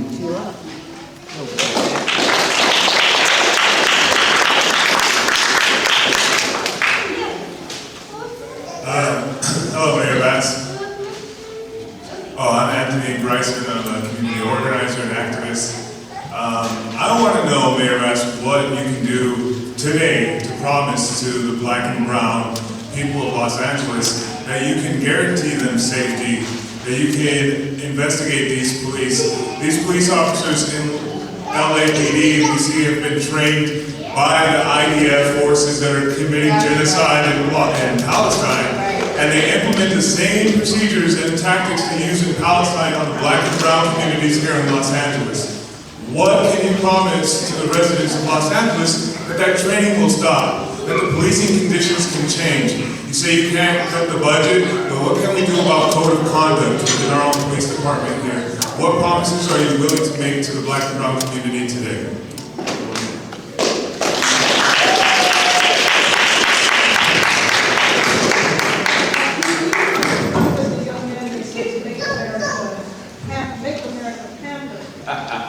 Steve, okay. Peter Harbin, Doris Foundation. We have a case for community development and affordable housing. And as a property manager for 40 years, and worked for low-income housing, affordable housing tax credits, we find there are several types of affordable housing programs. We know about Section 8, we know about cooperative housing and so forth. But one particular affordable housing program has not been in the national discussion for a while. It's public housing. We know that in 1999, the Fair Cloth Amendment froze additional federal funding for housing stock. So we're at the housing stock of 1999. So my question, and I want to first, I should have said it first, I support you 100%. You're on the front line, and there are forces against you causing architecture, white spatial imaginary. They don't even see it, and I see it.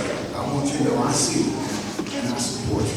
But what you advocated for the repeal of the Fair Cloth Amendment, so we can get public housing, federally funded housing, so then we can now make affordable housing more.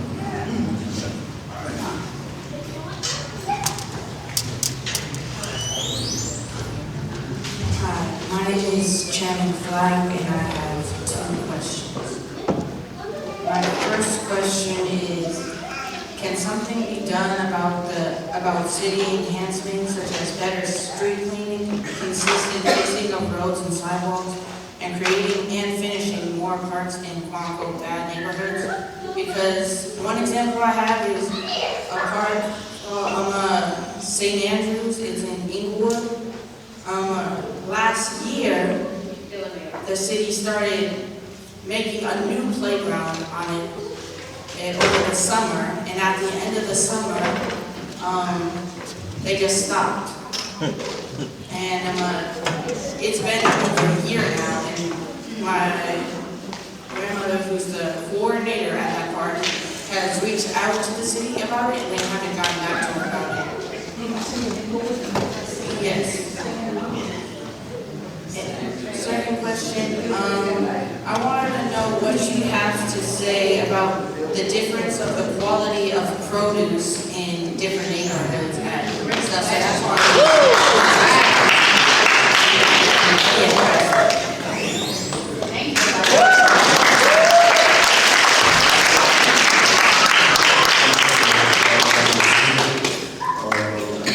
Going back to that last year,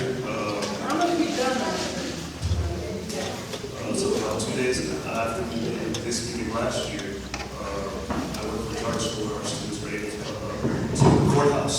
We were meeting with the judge, but the judge walked us into one of the courtrooms so the students could see what the hearing was. We walked in, and you were speaking to some officials in there. They were asking about funding. They were saying this, I can't remember the exact number right now, 1 million, 10 million, some funds that were not spent.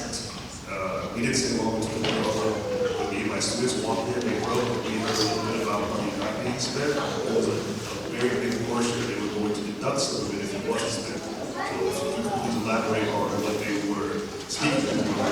And downtown, they were saying that there was about, I believe it was $1 million to $10 million of budgeted money that had not been used, and they were going to deduct some of it if it wasn't spent. That's just off of that. I was wondering if you could elaborate on that.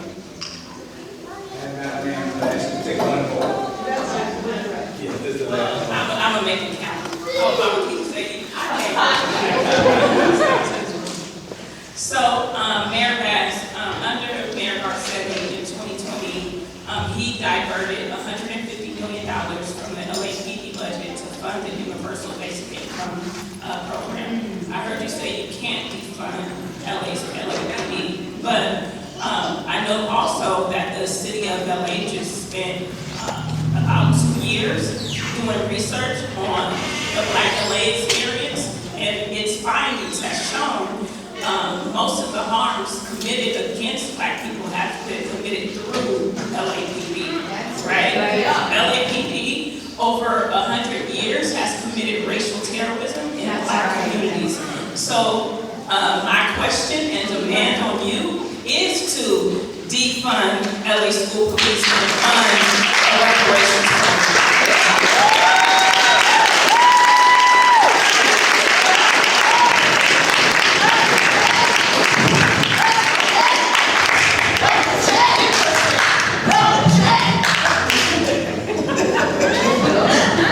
Feeling good?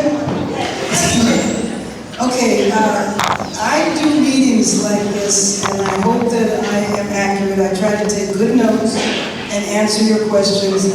But I'll tell you, you won't like all my answers. But I will be honest with you, and I will answer your questions. You asked me, Doc, what kind of, where'd it go? Oh, you asked me what kind of coalition do you need to see to defund the police? I answer you honestly. There is not a coalition that is going to defund the LAPD. It's not going to happen. I say that, and I want to tell you straight. It's not.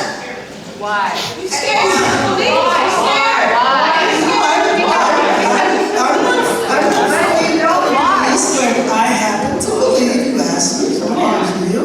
I personally happen to believe in comprehensive approach. I believe in preventing crime, but I also believe that a city needs a police department. And you can have all of the coalition that you want of the city, and when I say the city, I mean the masses of the people would not support that. You asked me about, the second question was about homeless on Skid Row and why did I go to Mar Vista and Santa Monica instead of Skid Row. I want you to know that we have housed hundreds of people on Skid Row. And if you want to know where those hundreds of people are, they are in a lot of different motels, but we bought a hotel just for people from Skid Row. It's called the Mayfair Hotel. It has comprehensive services on the front, on the first floor. It is not enough. I'm trying right now to build another big hotel. I want to buy this hotel. And what I want to do, because what I believe very strongly about the homeless issue is that we don't provide the right services. I was on the street yesterday on Washington Boulevard, and there was a man who was living in a car. It broke my heart. He had an amputated leg right below the knee, and then he had another leg that was about 3 times the size that it was supposed to be. I asked him if he was a diabetic, because that's the main reason why people have amputations. He told me he was. If that man didn't get housing, I do not believe he would live 6 more months. In the same encampment, it's on Washington Boulevard. You know the Rosedale Cemetery? There's been an encampment there for 5 years. We housed 41 people yesterday. There was a family there that had clearly been evicted. All of their household stuff was on the street, and there was a baby in a dirty stroller. The baby was about a year old, and it was a mother with 2 kids. And we housed those people. So we work a lot on Skid Row. But maybe you don't notice the difference because it's thousands of people. We house people all over the city, and we have housed thousands of people. But until we are able to stop people from becoming unhoused, it's a never-ending cycle. So we started a program to find people who are facing eviction and giving them legal advice and social services so they don't fall into homelessness. It's not a perfect system. It's frankly a system that needs a lot of work, but I personally am not going to stop until our people are not on the street. And so Prince of Keeley, you had, not a Keeley, but you asked, you said, what can you do what can BLM do to help with people coming together in order to defund the police? So I answered that question earlier. Well, I did. I understand you might not like my answer. I do understand that. I respect that. You asked, and then why can't I decrease the money to the police? I can't decrease the money to the police. I cannot. I wish I was all powerful, but this is the way the budget works. On Monday, I'm going to present the budget to the City Council. The City Council will take a month coming up with what the budget is actually going to be. So I start the budget, they take the budget, they send it back to me, and I sign the budget or I veto the budget. I will tell you that there would not be the votes on City Council to decrease funding to the police. Okay, so she said we need a new City Council. Why didn't I go to the Women's Center? I go to the Women's Center on Skid Row all the time. I'm on Skid Row all the time. You gonna hand me a note? You put what? Oh, she put, what'd you say? I've never seen you there. I'm sorry, but I've been there a lot of times. Excuse me, will you make it a point? Because the other ladies, they haven't seen you there. I'll tell you what. You tell me when you gonna be at the Women's Center. Okay? All right? Because I've been there a lot of times. Well, I will fix that, okay? She will fix that right there, Nicole. She will fix that. All right, you tell me when you're going to be there and I'll be there. Is that guaranteed? I said it in front of everybody here. And I'm on Skid Row enough that the people on Skid Row know me. Why don't I educate the people and why do I lie? I really don't lie. That's a lie. That's a lie in itself. That's a lie. That's a lie in itself. And your name, Jason. That's a lie. That's a lie. Jason be following me around, shouting at me all the time. Because you're a liar. Shouting me, whatever. I'm sorry if you think it's a lie. It's not. When was the last audit of the LAPD? I actually don't know. I will find that out and I will let you know. I don't believe that the LAPD has been audited anytime recently, and I've been there for 3 years. Why not? I'm sorry. Why not? Why did I hire the LAPD chief who has worked with ICE? And why did I cut the fire department budget? I have to say that annoys me, that question. Not the question about the LAPD chief, but the question about why did I cut the money to the fire department? Because I didn't cut the money to the fire department, and I'm sorry if the fire chief got up there and lied. I did not do that. And if you're watching Fox TV, Fox will tell you that's what I did. That did not happen. Did you cut the operational budget? I did not. You did not cut the operational budget. So you're saying you did not cut the operational budget? This gentleman was saying that there's a lot of things that have not gotten better in the city, and I have to agree. Housing is still way too expensive. I don't disagree with what you said. I was asked, what can I do to stop LAPD from being trained by the IDF? This is actually something the IDF, the Israeli Defense Force, anybody knows what that is. I looked into this because I was asked that last year, and the LAPD is not trained by the IDF. Maybe some officers were, maybe they did that back in the day, but that is not happening now.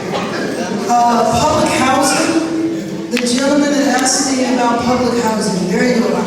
I couldn't agree with you more. I could not agree with you more. The problem is, at the White House, the current occupant does not believe in public housing. And so that's going to be a big fight. I'm worried that we're not going to be able to hold. What's that? We're going to change their Congress and they're going to support you, man. We're going to change their Congress. Thank you. You know, I love that Congress. That's fine. But anyway, I'm frankly worried that we're not going to hold on to the housing that we have now, the public housing. And thank you for your support. It has been a rather tough time right now. The young man, where's the young man? He did such a good job. Who asked about street? He did a really good job. Where are you going to school? You in Fairfax? You're homeschooled? Well, where's Mama? Is Mama there? Mom and Daddy?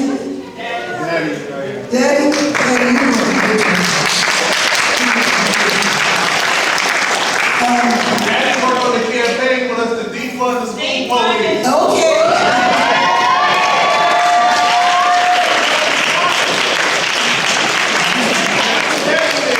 Just for the record, I am not in charge of the school police. I am not in charge of the schools. The mayor of New York is, the mayor of Chicago, the mayor of LA is not in charge of schools. So you asked about street cleaning and parks and the neighborhood and the St. Andrews Park. I'm going to follow up specifically on the St. Andrews Park with Deputy Mayor Karen Lane. She's going to talk to you specifically about that park, okay? So we are fighting, and it's a tough time because I don't know if I mentioned it earlier when I was talking about the budget. But the budget, the $240 million Show me your hand. that we have a gap right now, Show me your hand. on Monday, I'm gonna have to propose layoffs. And the reason why, it's gonna happen, okay? Both your hands. I think you finished it. But I have to propose that because by law, the budget has to come out like April 22nd. I didn't know you knew magic like that. Oh, I see. Boy, stop, right?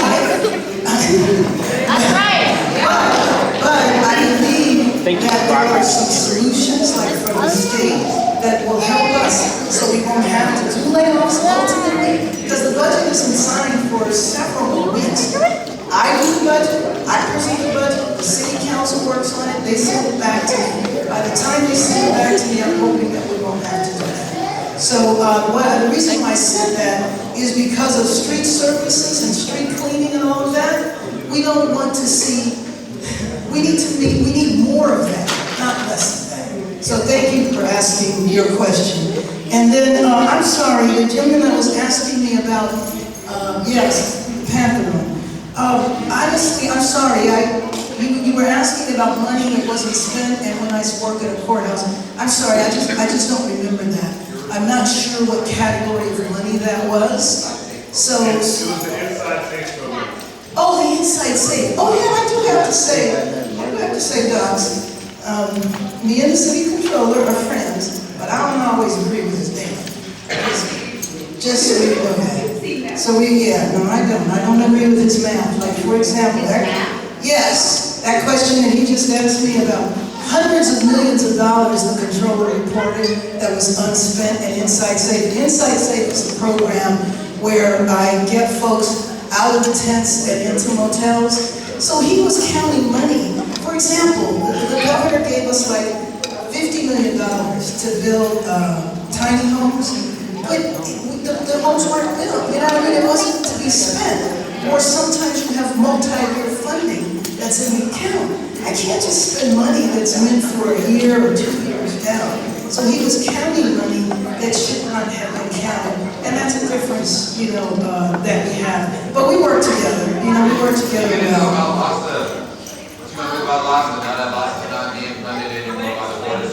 So LASA is the Los Angeles homeless. Wait, never mind that about the board of supervisors because they didn't vote for the 300 in non-capital funds to be utilized. That means that a lot of the programs that we're familiar with around here are not going to have funding. So my question is, as a home growth commissioner for LASA, how are you going to make LASA more effective on its way out? You guys think I control everything. I'm the mayor of the city of Los Angeles. I don't control the board of supervisors. It's not the board of supervisors, the LASA is your program. No, LASA is not my program. So who is in charge of making sure that these programs are actually effective and not the county. The county. But let me just say something, because I tell you what, the stressful things about this job are all the things people think I can do. Yesterday I got run on, and a guy ran at me at the beach because he was mad that the ocean was dirty. He said, "Why don't you clean the ocean?" He was talking about the fire. Just like the guy that said, about funding cut to the fire department. Some folks be buying in the Fox TV, because that's just the data say. So, the LASA, the Los Angeles Homeless Services Authority, is a county-city partnership. The county took over $300 million and put it in their bank account. I'm pissed off about that. I can't do anything about that because I'm not a supervisor. So, we have to figure out how we can continue to house people in LA in spite of what the county did. I am committed to doing that, but seriously, I don't have the authority to go get the money that they move. Now, we in the city have put hundreds of millions of dollars in LASA, and that is the money we control. That is the money we control. Okay, what is true and what he's talking about is that I do sit on the LASA commission. You said I sound like somebody who's sitting on the commission and doesn't have the power.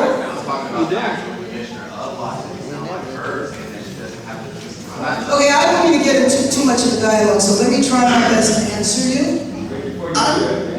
Let's do this. First, try to keep this control. We appreciate that. And we had the time to go ask that question. and she wrote them down and is responding. So if we could, let's continue this process as we laid it out. Please continue to respond. I am, and then I'm done. I'm out, y'all. So anyway, I'm gonna keep housing people. I don't care what it takes. I'm gonna keep doing that. And because I know that 4 people tomorrow morning are not gonna wake up. They're gonna die on the street, and more than likely, they look like you. And I'm not gonna stop until we are able to save the lives of our brothers and sisters on the street. Thank you very much. I will see you and I continue working.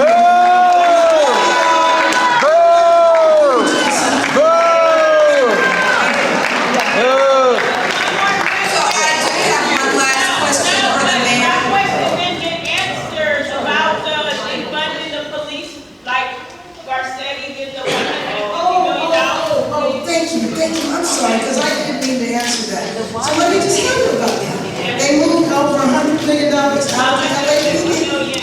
LAPD budget, and they put it in the guaranteed income. And you know what happened? It was all paid back in overtime and more. That's right, yeah. That is correct. Did I get that right, Jason? You did get it correct. Right. This is my friend now. So listen, I do have one more question, and then we need to think about what we do, because the mayor's given her response, but we have to think about what our response is, right? I do appreciate honesty, but honesty also tells us how we have to move. This is the start of the budget process. It's not the end of the budget process. So I want to be very clear, and I think everybody can guess this. I and we disagree about defunding the police. We want to defund the police.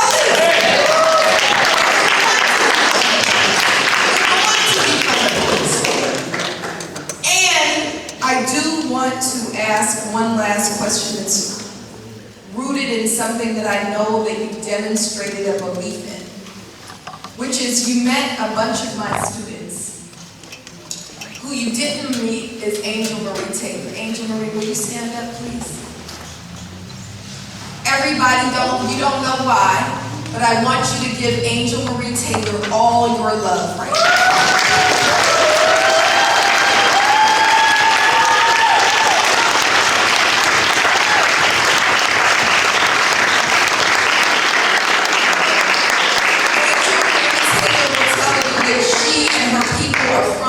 South Central Los Angeles. She don't say South LA. South Central Los Angeles. Angel Marie Taylor is a college student at Cal State Channel Islands. Angel Marie Taylor is a loudmouth black woman. Like we love loudmouth black women, right? Angel Marie Taylor dares to say free Palestine. I like her. Angel Marie Taylor dares to say stop the budget cuts. Angel Marie Taylor dares to say that black people deserve to be funded and supported on college campuses, and as a result, Angel Marie Taylor is facing both expulsion and criminalization. We know that people like Angel Marie Taylor and people like many of our folks in this room are being criminalized by this system and this regime. They are being rounded up, they're being put on lists, they're being deported. We know that when you were in Congress and the same fool was in the White House and his administration introduced a term called black identity extremists, you challenged it. What we're asking, what I want to ask as a final question in hopes that we can agree on something, is what will you do to oppose a system that's dead set on creating so-called terrorists out of people who are doing the righteous work of our people? What will you do given that we got Errol Suthers who does work with the Israeli occupation forces? So if you want, I'll talk to you later about how we know LAPD works. We don't call them the defense forces, we call them the occupation forces. I'll give you that information. But we also know that we have to have a plan to make sure that people like Angel Marie Taylor are safe. First of all, I hate to hear, I think a lot of people don't even know there is a Cal State Channel Island. And I hope that if you are forced, are you kicked out of school now? Not yet. Well, the short answer is, I will absolutely do what I can to be helpful, and maybe you and I can figure out what that is, but I would hate to see you being kicked out of school, and I would especially hate to see you being criminalized. I am very, very worried about what is going on now with the administration. What Melina is talking about is that the FBI invented this category called Black Identity Extremists. They never defined what it was, and I had to go toe-to-toe with the head of the FBI at the time, Christopher Wray, who Trump promptly fired.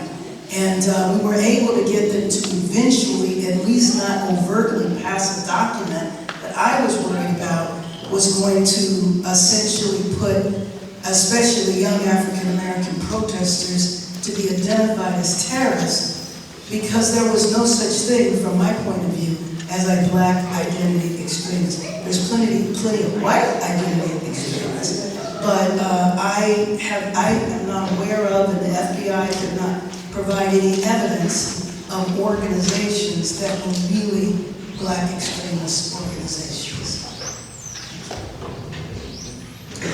Thank you, everyone. Thank you for the opportunity to speak. Thank you for the opportunity to speak.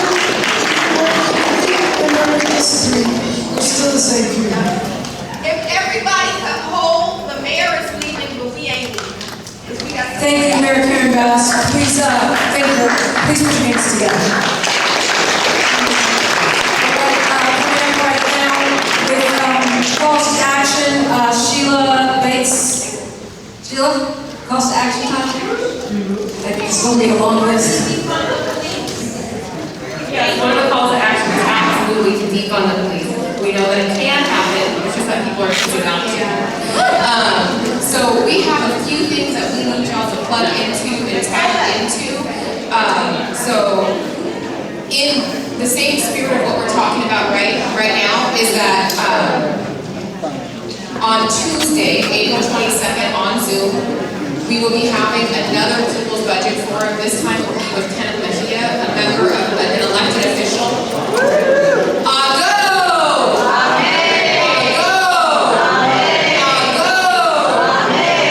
Are y'all with me now?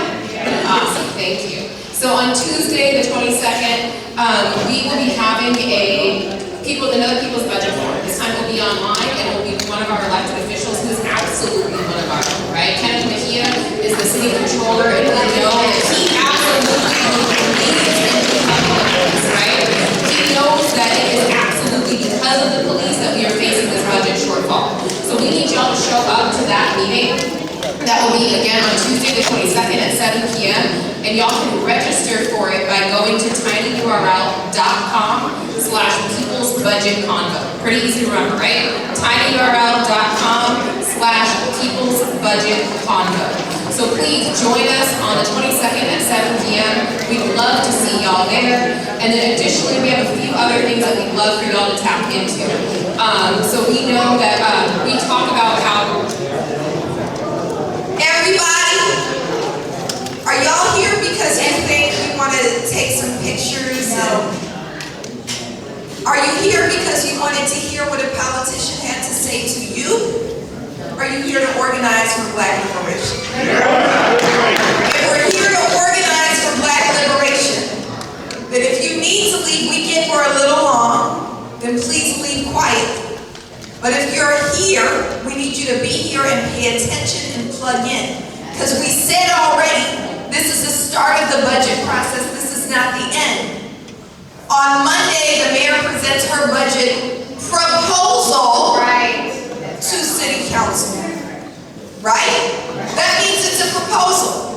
If we want to do work, we don't have to listen to these calls to action. It's not enough for us to sit here and go, that was good data, Dr. David Turner and Dr. Tabitha Jones-Jolivet. It's not good enough to say I was in a room with the mayor. I hope you're not starstruck by politicians. We are in a room together to harness people power so that we can push for the people's budget, for the budget that we want, need, and deserve, and Sheila is helping us understand how to do that. So are y'all here? Yeah! Thank you. So if y'all can take your phones out, because what I'd like, I'm going to give y'all a few links and I want y'all to be able to write them down. So take your phones out, please. I'll give y'all a second. Take your phones out, take your phones out. And we need y'all, again, the link for the town hall is tinyrl.com/peoplesbudgetconvo. Can y'all say that for me? What's the link for Tuesday night? tinyrl.com/peoplesbudgetconvo. That's right, tinyrl.com/peoplesbudgetconvo. So that's the first thing we need y'all to do. Also, we know that not only the police are enemy, but the police associations are our enemy, right? And we know that part of the reason why they are our enemy is because they bully and bribe politicians like the one that was just in this room. Let's name it for what it is, right? They bully and bribe politicians, and that includes our mayor. And so we need to make sure that we give them out so that then we know that she's more accountable to us because she doesn't have them, she's not in their pocket, right? So we need y'all to plug into the work to end police associations, right? Because police associations are part of the reason why we're here, because they're the reasons why the budget is so high and why they get so much of the budget. They're also the reason why she listens more to them than she listens to us. I guarantee you she's not sitting there in the police association's meeting arguing with them about what they want like she argued with us. Is she? Is she with them? She sure isn't. So we need to make sure that not only we holding her accountable, but that we're kicking the police associations out, right? So on Wednesday, we hold our weekly End Police Associations rally. It's at 4 p.m. at 1313 West 8th Street. It's at Wednesday at what time? 4 p.m. And the address is 1313 8th Street. Can y'all say that? 1313. Excellent. So we'd love to see y'all there. And then additionally, we know that the work that we do is not free, right? The work that we do is expensive. The work that we do is important. And although we are actually absolutely anti-capitalist, we know that right now we need money to be able to fuel this work. And do y'all believe in this work? Yeah. Do y'all believe in this work? Yeah. All right, so we need y'all to make that clear by scanning one of the QR codes right there and donating. So that way we can continue to do this work because people have stolen our resources and so we need to get them back and we need y'all as the people to help us do that. Additionally, y'all might think that you're following the work of Black Lives Matter. You're probably following the same people who I just talked about stole our resources. Look on your phone right now. Raise your hand if you think you're following Black Lives Matter. Okay, but are you following the right one? So thank you. So go to your Instagram. If you are following at BLK Lives Matter, unfollow them, message all your friends who are following them, and let them know that they are the liars, thieves, and grifters who stole our resources, and that we absolutely deserve those back. So we're building that by making sure that y'all are following us and that y'all donate to us. Can y'all do that for us? Even $5. Even $5, right? You can follow us, thank you, at BLM Grassroots. So again, that's BLM Grassroots on all social media platforms. Please make sure that you are tapping in and you're following us, unfollowing them, donating to us. The last thing I'll need y'all to do, we just spoke about a beautiful, powerful Black woman in this room who is facing police opposition and police repression for the work that she's doing. We know that that's a long, sordid history that happens. Another person who's facing that is Brittany Martin. Brittany Martin was a political prisoner. She organized a protest in Sumter, South Carolina in 2020, was arrested.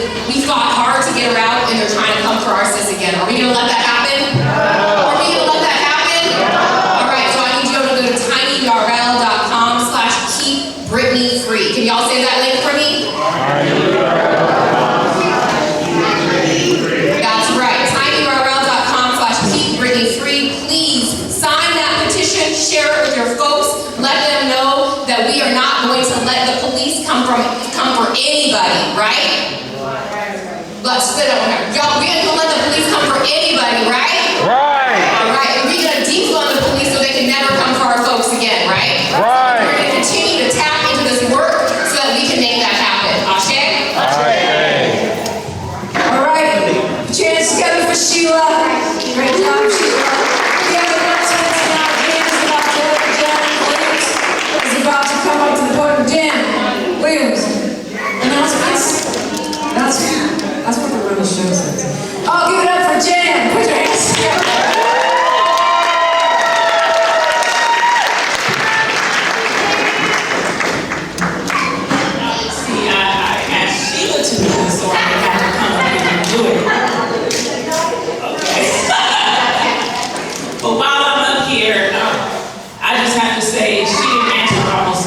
questions. I do know that LAPD paid themselves back that $150, but she still didn't say nothing about reparations.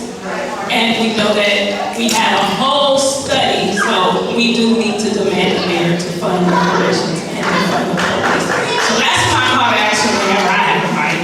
Defund the police, say it with me. Defund the police! Defund the police! Defund the police! Defund the police! Defund the police! Defund the police! Ashe! Ayana, I need you to come lead us out. All our black ladies, come up here with me. All of our black youth up here to lead us in the side while we close out.